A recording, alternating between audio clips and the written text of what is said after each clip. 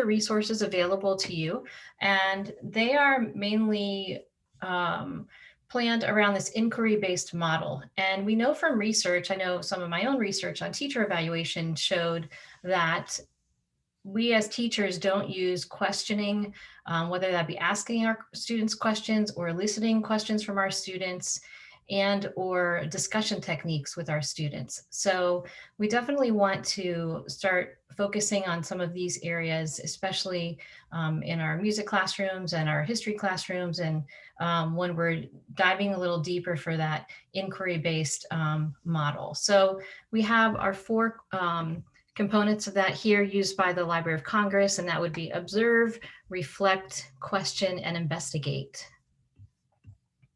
And throughout this presentation, you'll see, little tidbits of that on different slides, just to hint around that we're using those.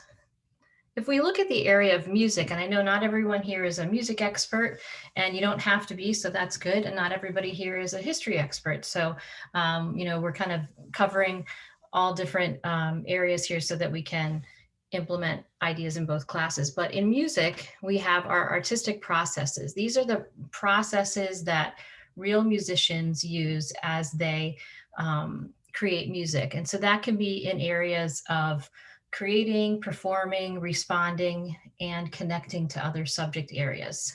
And we know that creating is a lot of composition.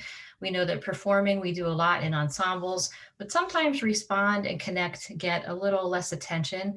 I know that now where a lot of students are online for learning, remote, a lot of schools, and even the schools that are in person but have asynchronous assignments, a lot of teachers have been focusing more on this responding, artistic process, and connecting to other subject areas.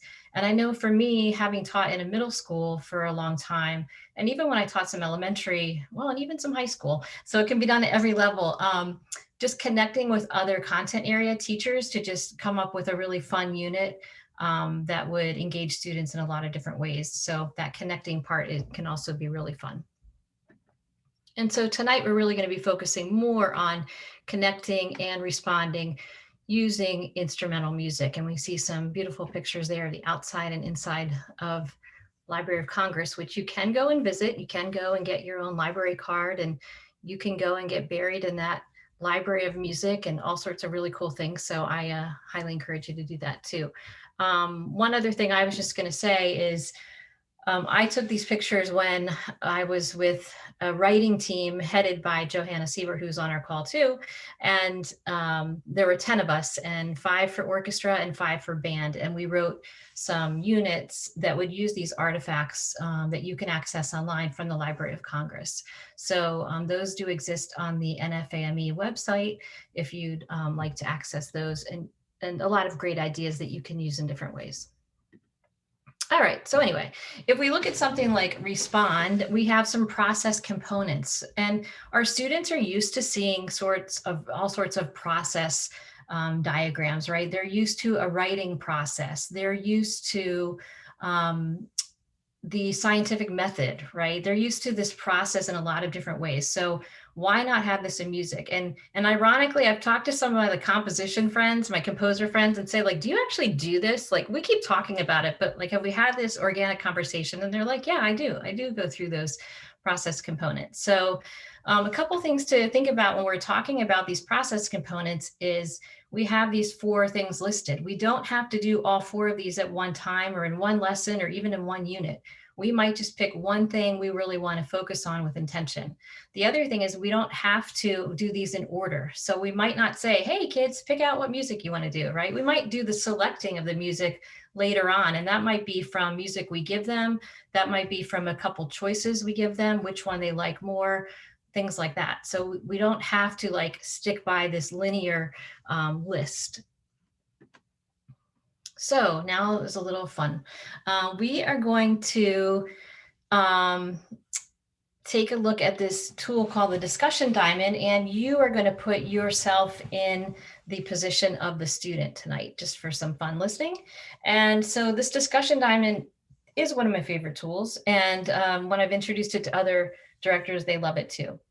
And what you can do is, if you were in person, I like to take the discussion diamond on paper and kind of blow it up in a little bit larger sheet of paper. And the students could either have it on a desk or even on the floor if it's younger kids. Make a circle around it. You could post it on the wall. You could put it on easels or around the room, however you want to do it. And you'd have groups of 4 students. And each student would write their responses in their corner of the paper. So each student has some accountability. They're giving individual input. It's not just one person in the group doing all the work. And then since we have the diamond in the middle, what you would do is the students, after they write their responses, they would do some consensus building. And so if it was a group of 4, I might say to them, I'd like you to list 5 words that have to do with what your discussion was about. So hopefully they're able to give some input and then come up with a new one. This is a great hook if you are starting a lesson or a unit. Maybe you're doing something in history class and you want to kick off a period of history and take a piece of music to do that with. And it could also help build some background knowledge. So it's a great tool to use. I included that observe from the inquiry-based model, and we're going to be responding by observing what's going on in the music. So if we look at the 4 questions, I'd like you to, since we're not in groups of 4, we're on a chat. Let me go back. I'd like you to think about one of those questions that you can answer. So you could either think about what was the music used for, what words describe the music, what's happening in the music, what does this music remind you of? Okay, so I'd like you to go ahead and write in the chat, and I am going to play our sample.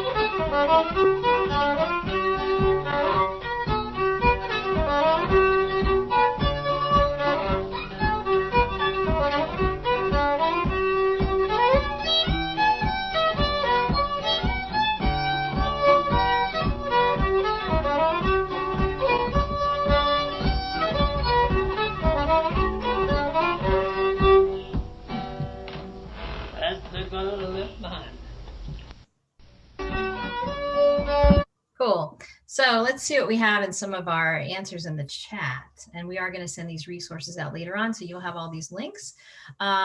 Christian said used for a dance. Yeah, and oftentimes we talk to our kids about, is it a song or is it a dance, right? Folk fiddling, all right? So we've identified the instrument. Let's see what else we have. Irish dancing, right? And later on, they would find out that this was used in Great Britain and then came over to us as a fiddling tune. Appalachian folk music, so we might hear some influence of that. Square dances back home, all right? I love Carolyn's answer. This music reminds me of the man I worked with on the crew of a steamboat. Anytime we had a work break, he'd take out his fiddle, all right? What a great story, and a great way to open up another discussion about what were you doing on that job, Carolyn? That sounds kind of cool. We'd love to hear about it.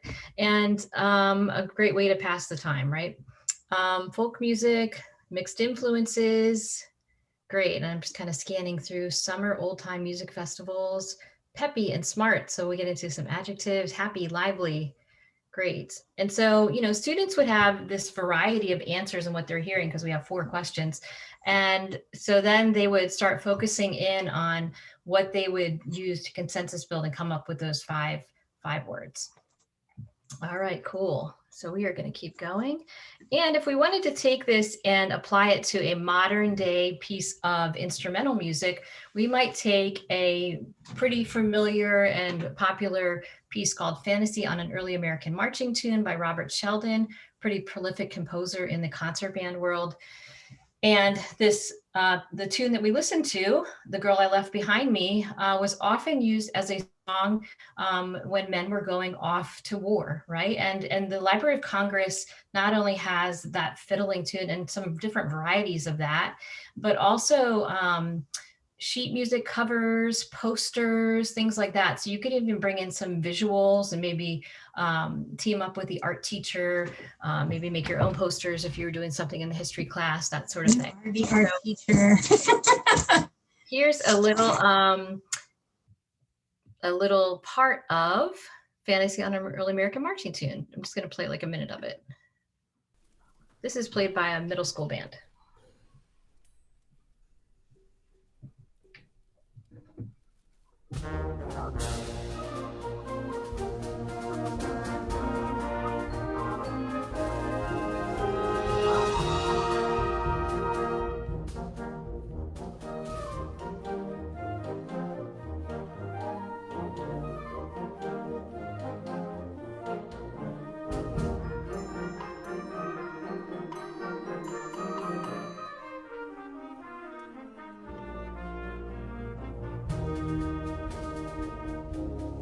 Yeah, okay, so if we played that, hopefully our students would say, oh, wow, I've heard that before. That sounds familiar. That sounds like that fiddling thing we heard. We could go on to talking about the music. So we're going to go on to some other music that is already written in, like I was saying, the intermediate level band plan. So if you are looking for something that focuses on marches and music that was at one time more pragmatic that became popular, this would be the unit for you to check out. Within those unit plans, we already have artifacts from the Library of Congress highlighted in some way. So we have John Philip Sousa's background. He was known as the March King, for those of you who are not familiar with him. And the U.S. Marine Band has an extensive website since he was one of their leaders, of all of his music and some pictures and things like that. A lot of the Library of Congress artifacts are also on the Marine Band website. So timeline of his life is also on there, and a biography along with some articles, many recordings of marches, manuscript parts, meaning handwritten music, printed parts, so we could start a conversation of technology and how the music was printed. Posters, once again, if you want to connect in an artistic way, and some sample sheet music. And then on the right-hand side, I have some ways that our ensemble music, ensemble teachers might already be connecting to that.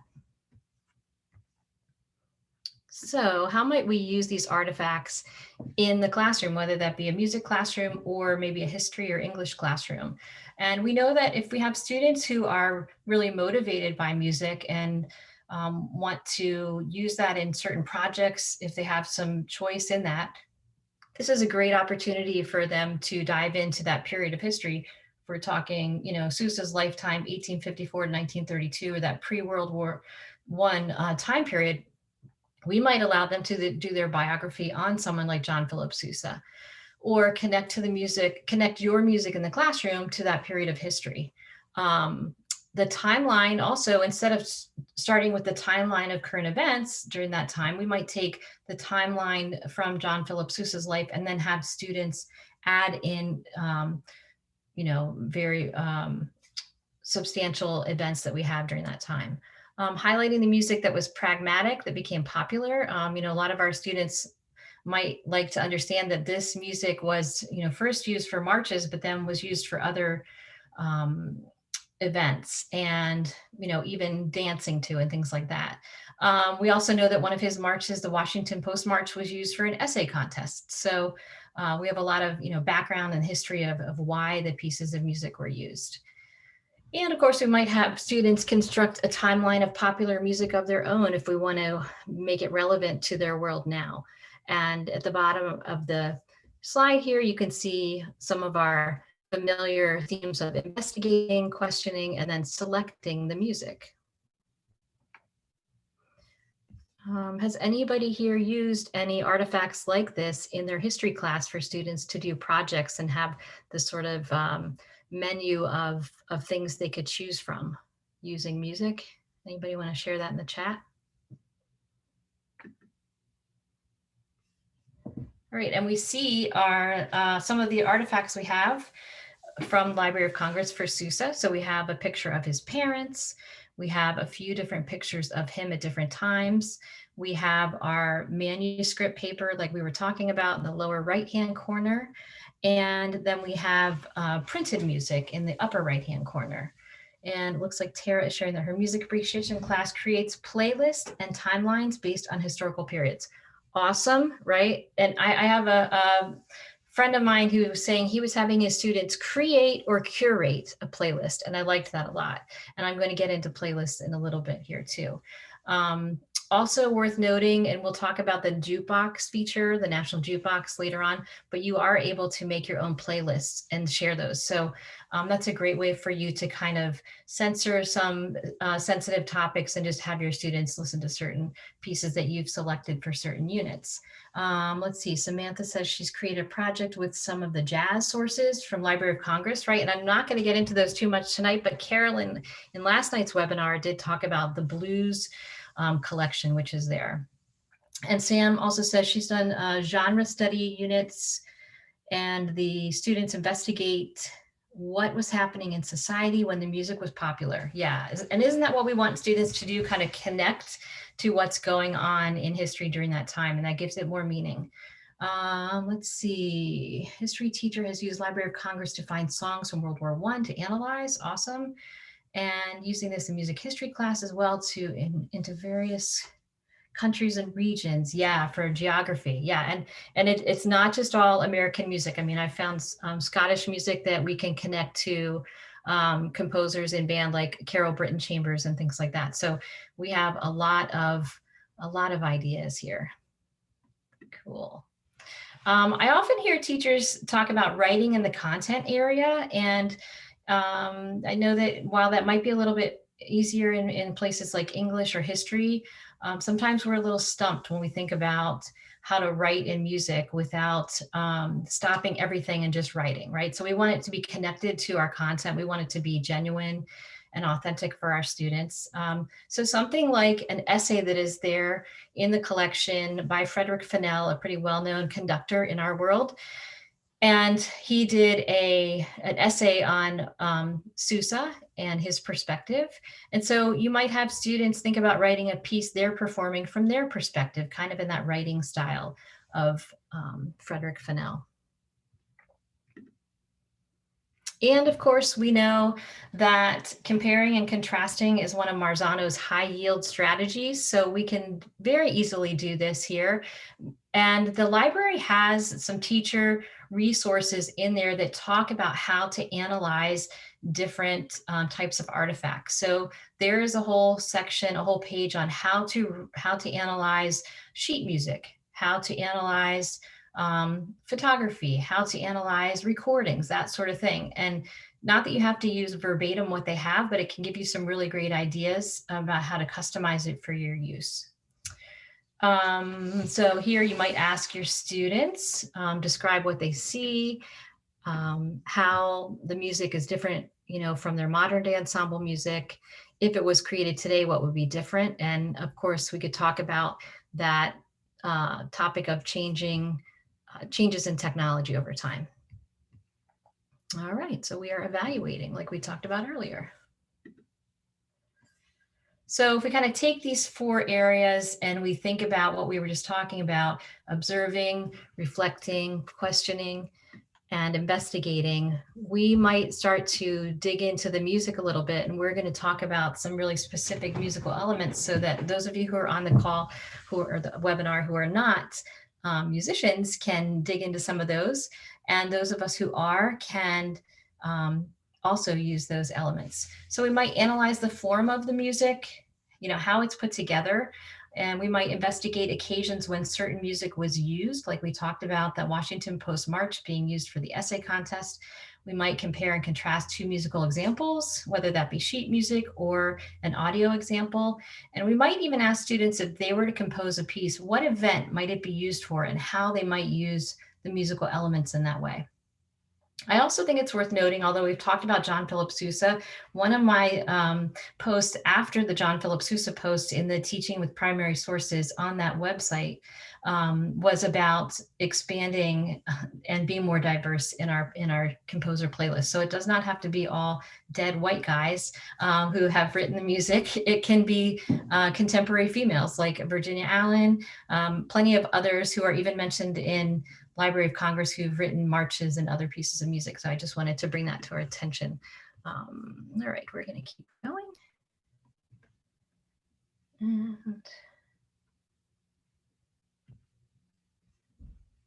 there we go. All right, so if we want to take a little deeper dive into the elements of music, we have them listed right here. So we might give our students this sort of handout or make this available for them to access.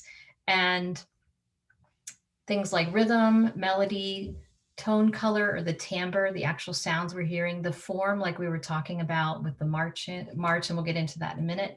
Textures, how many melodies, harmonies, layers are we having in the piece of music? The harmony that's accompanying the melody, if there is any, and the expressiveness that we're using.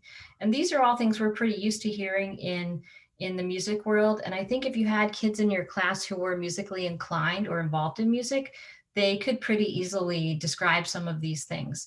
If not, this would be a great opportunity if you're a classroom teacher to find a music teacher in your building, and I'm sure they'd be happy to collaborate and give you some ideas or even help you write out some resources and things like that. And if we maybe aren't as comfortable, but we want to dig into these musical elements, we can have something like this, which this is actually right from an 8th grade general music book, some choices the kids would have under each one of these musical elements. So a sort of word bank, if you will, for the elements of music. And if we just want to take even one of those elements, let's take the element of form. There are some different ways we can talk about form, how the music's put together, right? The different pieces and sections of it. So if we're thinking about our diverse learning modalities, if we're thinking orally, we might be listening to a march, for example. We might listen to specific instruments or parts in the march.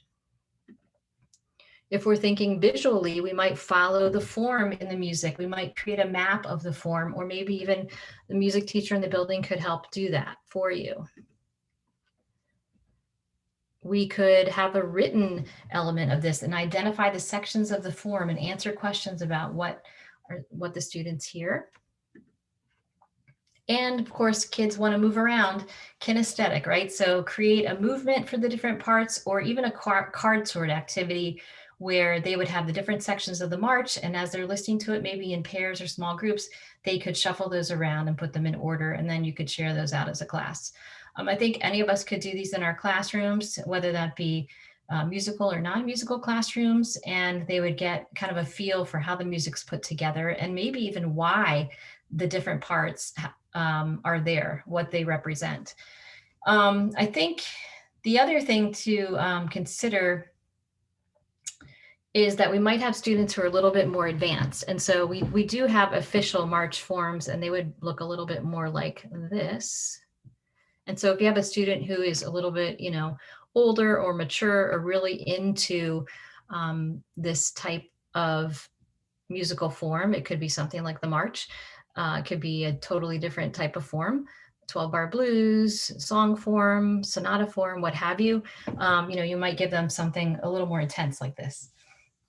The other thing is, in the existing intermediate band unit lesson plans or unit plans on the NAFME, the NAFME website, there are a lot of these form activities already laid out for you in a student activity page. So all you have to do is copy it and cut out the form, or copy it, that sort of thing. I'm looking at the chat too. We're getting Carolyn saying the library has several scores by Francis Johnson. Yes, the first African-American to have sheet music published, including marches. Right. And I think Helen Butler as well. So we have a lot of, like I said, that was just one example for one unit that was created for those NAFME units, but there's a variety of music we can choose from. All right, we are going to keep moving. I really wasn't sure if I was going to include this part in the webinar, but I just love this map so much that I just couldn't pass it up. I just think it's beautiful. It is a map of the Pony Express, one of the maps in the Library of Congress, and maps are another thing that you can find there. And just a little bit of background on Pony Express, some interesting facts that I found. It was one of the most enduring symbols of the Western expansion. It was a way to maintain communication between the old US and this new place called California. And it only lasted a very short time period from April of 1860 to October of 1861. So not very long at all. The riders who were part of the Pony Express carried two things, a Bible and a gun. I think it would be really interesting if you're studying Pony Express to ask the students what they would be carrying. And some ways it was used to communicate in what they called record time were the first shots of the Civil War at Fort Sumter. Lincoln's inaugural address was communicated in 7 days and 17 hours. Yes, record time. And just to ask our students, what is record time now? Yes, Sue says, I'd take my cell phone. That's exactly what they'd say, right? I think it would be really fun to ask the kids some questions about, who would be on their Pony Express map now, and just for them to get an idea of the length of time it took to message someone now that they're so used to their instant messenger, and how they might kind of see this different perspective. So I'm going to dig into this a little bit more. The Library of Congress does go into another one of their analysis tools is maps. So they talk to you about how you can analyze maps. They give you some ideas. Has anybody here used maps in their classroom? Music classroom, history classroom, other type of classroom? I'm sure in history we're using them a lot, right? World geography. Oh yeah, here we go. Lots of map people. They're all coming in. Social studies, primarily for my world music unit. Ah, yes. All the time in history. Yes. History classroom. Yes. And I always love to do a passport. I had like a little passport in music class when we would do like music from different countries. They love like stamping it and getting the stickers and that sort of thing for the little kids. Where the composers and genres are from. Yes. Excellent. Cool. Really great ideas. All right. And so if we look at those tools that we have, the analysis tools, we can come up with some ideas of questions that we might want to ask our students when we're using maps.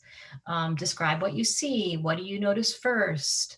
Even going into reflecting when we're continuing to look at that inquiry-based model. What do you think this map was made for? If this map was made today, what would be different? That would be an interesting one for our students. And we might go even a little bit beyond just those 4 areas and think about levels of our students. So have the students write a brief description of the map in their own words, or if they're more of an intermediate level, study 3 or more maps of a city or state, put them in chronological order, or advanced, searching for maps, different time periods, listing the changes over time. Some really cool things like that. All right. I do want to just give us some other examples of things that could accompany the Pony Express. I am going to share with you a piece of music by Chris Bernatas called Pony Express, and another pretty prolific composer for concert band.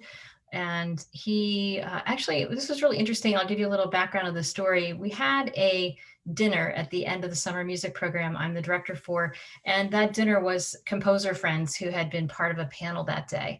And they were all male composers, and myself and one of my colleagues who's female, we had a conversation with them. They asked, what is this whole thing about, this need for focusing on underrepresented composers and especially female composers? And we had a very frank conversation with them. They were very open to it about the need for focusing on underrepresented composers, and that we eventually hope that we don't really have to focus on this because it will just be part of the norm that everyone can be represented in compositions for all of our ensembles. So as a follow-up to that, Chris, who also works at Alfred Music Company, texted me one day and said, this compose yourself, these ideas that they're starting to do with some of their resources for teachers was to help build some ideas for all students to compose. They really wanted to make composing accessible for students. So a lot of the pieces they've done now have these compose yourself activities that go along with it. So what I listed there was they're intentional exercises, and they're built around purposeful and guided listening, and they're composition exercises too. So this one focuses on meter and rhythm. And if we think about Pony Express, that kind of makes sense that we would have some sort of rhythm with the galloping of the horse. It's also in mixed meter for those of you who are musical. And so I'm going to show you the next one here. So we might ask in the guided listening, do you think the music reflects the title? Be creative and think of your own title. What does the music make you think of? And some of these were also from his guided listening. How do you think the rhythm of the music can influence your own writing of a piece of music? So let's take it and personalize it now, right? If we want to talk about social and emotional learning, how are we connecting our students to the content and making them feel like they're really part of it and it's part of them? And even choosing maybe a specific section of the piece and just saying, close your eyes. What images do you see? If you're going to paint a picture, what would it be of? Okay, somebody else wrote in the chat. I've had students ask, why are all of these composers dead, right? Yeah, definitely need more of a balance. So I'm going to let you hear a little bit of Pony Express, just like a minute or so.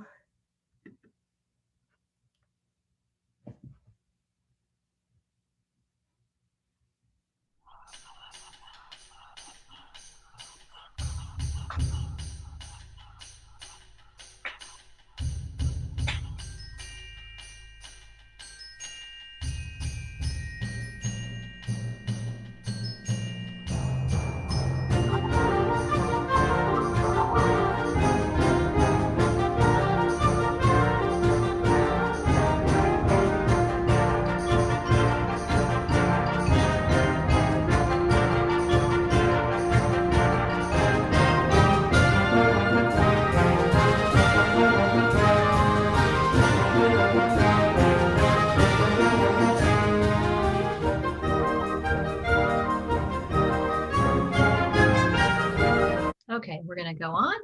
That gives you a sample of what the piece sounds like. And I see that we have some people talking in the chat about using a documentary called Score, which features modern film composers. Very cool. Looks like we need to look at that. Yeah, it is a great tune. I think students would really like it.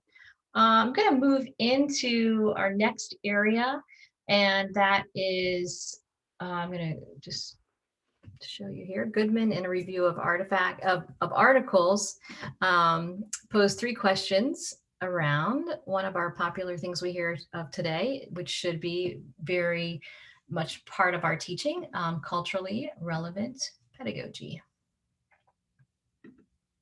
And so in these questions that Goodman posed, we have these 3 questions. I'm going to be focusing on the first one. What steps might teachers take to inform themselves about their students, cultures, and communities? We know that we need to be able to get to know our students, connect with our students, and have them connect to the content. And that's really going to help them engage more in the classroom. And so I'm going to go into the answer to that question. For me, for one of my posts, was expanding the teacher playlist, otherwise known as avoid sounding like a broken record. So we're going to talk about that a little bit. In addition to expanding our teacher playlist, which we just talked about, as far as including diverse composers, diverse styles of music, not always being stuck in what we want to do, but maybe what the students can relate to and start there, we can have student playlists. And I know that Carolyn talked about them last night, and we've had some people touch on them today. But we might ask the students after studying popular music of a certain time period, we could ask them to focus on popular music of their time period. Or we might even ask them to interview a family member or community member or a friend and come up with their playlist. We could even ask students to get to know the musical elements of a playlist of one of their friends, and then they could create a new playlist. And all of these are also used in some of those NAFME units for the intermediate band and orchestra. So you could also have some pre-printed and pre-planned activities that you could look into. So this brings up the National Jukebox, the Library of Congress National Jukebox. I would encourage you to check this out. And I would also encourage you to set a timer, because you will go here and you will start searching music. You can search by genre, you can search by all different types of categories. And I think you'll find that you've lost track of time and you've gone down the rabbit hole, and you'll be like, oh my God, 2 hours just went by. Where did that go? So I would definitely encourage you to set a timer. There are over 10,000 recordings in the jukebox. And like I said before, you are able to create your own playlist as well. So that's a newer feature. And I've seen some people do activities in schools that I think could really benefit from this. For example, I've seen librarians kind of put up a display of certain books on certain topics. And so maybe it's either like a QR code that students would scan, or I've also seen people do projects where they collaborate with other teachers in the building and have a little mini podcast that the kids create to kind of be like the talking book jacket to talk about the book. Also, I have a friend who I worked with at my old school, Dave Lloyd, did a veterans project. I think that's something that if the students are choosing a veteran, whether that be a family member or someone famous who they want to focus on and kind of showcase, it would be a great way to go in and create a playlist like people were talking about tonight for a certain time period in history, and have that playing while people are reading and listening to that particular veteran's information. So a lot of great ideas like you could do with this resource. So I definitely encourage you to check it out. I'm going to continue our culturally responsive pedagogy topic with a little video from Jared Cassidy. He will introduce himself. What he will not tell you is that he was one of the first Grammy educators and one of the first award winners. He's great, and he's going to talk about this. And it's really about the piece called Movement for Rosa by Mark Camphouse. It's a little bit more difficult piece of music, but it's a really moving piece. The other thing he won't mention here is that their band, their wind ensemble, was scheduled to perform this at Carnegie Hall, and then the pandemic hit. So they didn't get to do that yet. One of the things they were going to do is hum We Shall Overcome in 4-part harmony before they play the music. So that is one of the main tunes that is in this piece. So I'll let Jared share with you. Hi, everybody. My name is Jared Cassidy, and I'm the K-12 Performing Arts Coordinator for the Lexington Public School System in Lexington, Massachusetts. I'm also Director of the LHS Wind Ensemble and have a wonderful opportunity to work with some exceptional musicians. As a music teacher, one of my biggest beliefs is selecting repertoire that's going to enable my students to think, to reflect, and use it as an on-ramp to having discussions around everything from race to social justice issues to LGBTQ rights to human rights in general. The Library of Congress has been instrumental in helping us provide a greater context of music to our students. Last year, we rehearsed a piece and performed a piece called "A Movement for Rosa" by Mark Camphouse. This piece, of course, is rooted in Rosa Parks and the courageous acts that she had on the bus boycott. And we worked with Library of Congress to develop primary resources that contextualize not only what Rosa Parks did, but who she was as a person, and kind of humanize her in a way that it made my students and myself realize that this person is not just a hero, but also came from such a humble background, looking so hard to really support the rights of the people around her. We were able to have access to documentation from everything from receipts to the speeches she wrote to the letters she wrote. It was pretty incredible. And through this experience, we were able to we were able to mesh together the musical execution with the expressive content and with giving true and utter authentic honor to what this person has done. In today's society, when it comes to social justice issues such as race, it's becoming so much more prevalent that our students need to have access not only to performing music and studying such things, but also doing so in a way that's going to contextualize it for themselves and make them a better human being. To this day, we are working on another piece of music right now where we're looking at the African American national anthem, Lift Every Voice and Sing. And we've been able to use some of the documentation from the Library of Congress there as well to provide context and direct insight into what it means for these people, what it means, what does Black Lives Matter mean, what does racism and anti-racism mean. And it's amazing to see how this has spurred off conversations in our class, in our ensemble, that enable our students to change their perspectives, to offer their experiences, and to share in an understanding that we are all human beings and we all have the rights to live in a peaceful and accepted world. So as you think about your own context as teachers, regardless if you're a music teacher or not, I encourage you to use the resources in the Library of Congress. History is real world, and I think that's one thing that my students have said to me on going through these projects is that it really provides a direct lens into this really happened. This is someone that's real. This is a situation that's really real. And how can I contextualize that to myself? So I thank the Library of Congress, and I thank you, Jenny Neff, for having me speak on behalf of the resources provided here. Thank you so much. So some great insights of how they're Hi, using everybody. that in their classrooms and in their ensemble. And this is just a summary of kind of what he said. One of the things I like that he did with his students is he asked them to come up with 6-word biography for themselves. Of course, I said to him, you should have had the 6-word biography for Rosa that they thought. But anyway, I just think it's some really great content and all available to you online. I'm going to show you just a couple of the artifacts, and this is by no means everything that's there, but she had written some reflections after her arrest. And so there are many of those. This is just one page. There's also the actual arrest record. And then it even, like he was talking, the personalizing history, there's even a recipe for her pancakes. So you can even get, a little bit more personal and like he was saying, make history come alive and see that these people were real people for our students. Yeah, and somebody's saying, just the style of the handwriting. I mean, that just makes it so real right there.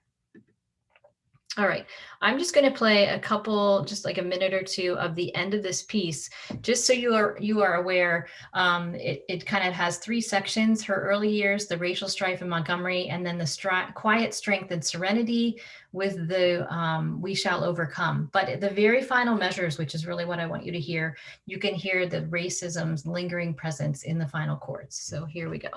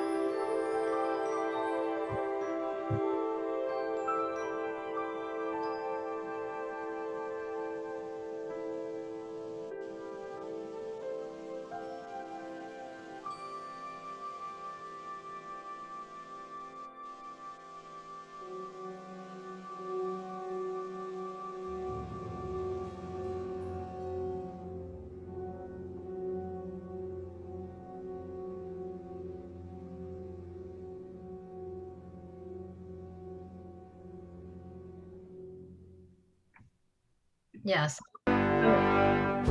So powerful, right? All right, and then finally, I know we're running a little short on time, so I'll kind of go through this quickly, but I wanted to bring us up to current event of the inauguration. And since this happens every 4 years or so, we are able to, reuse some of the resources that we can find at the Library of Congress. So hail to the new chief, music for the inauguration. And we can find a lot of we know that the president's own is the band that only plays for the president and events at the White House. We're happy to see them back at the latest inauguration. And we can find a lot of pictures of other inaugurations. I know there's information there about Lincoln's inauguration. This is Andrew Jackson's inauguration picture in the upper right-hand corner.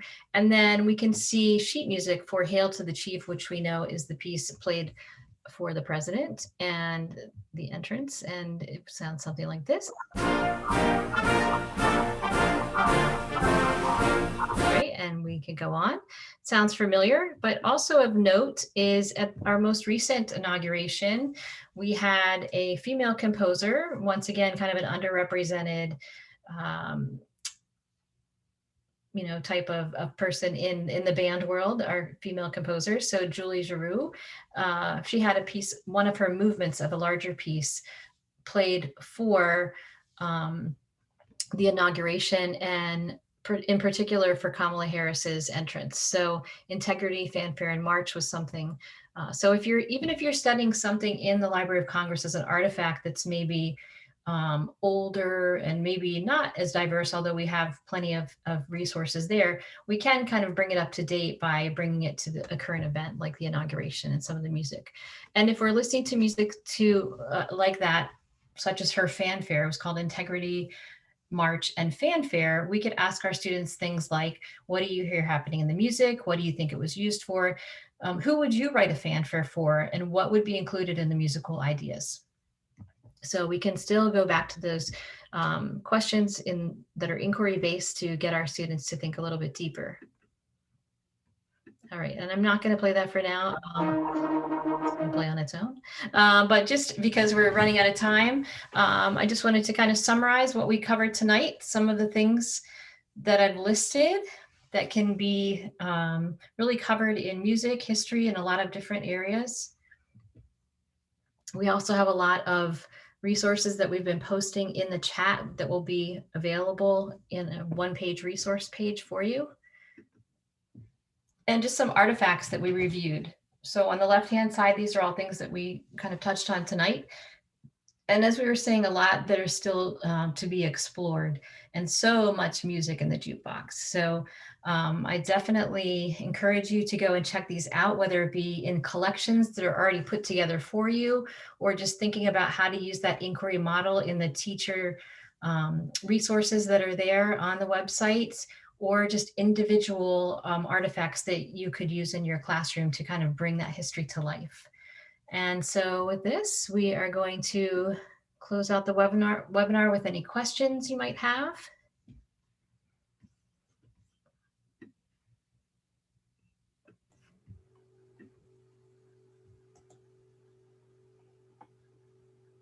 And please, if you would take a moment and respond to our survey here, let us know what we did great, what we didn't do so well, and what you'd like to hear from us in the future.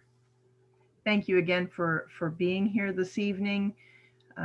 It's been a great audience. Thank you. And thank you, Jenny. This has been very informative. So much information to take in. Thanks so much for having me. Thanks everybody for spending the time with us tonight.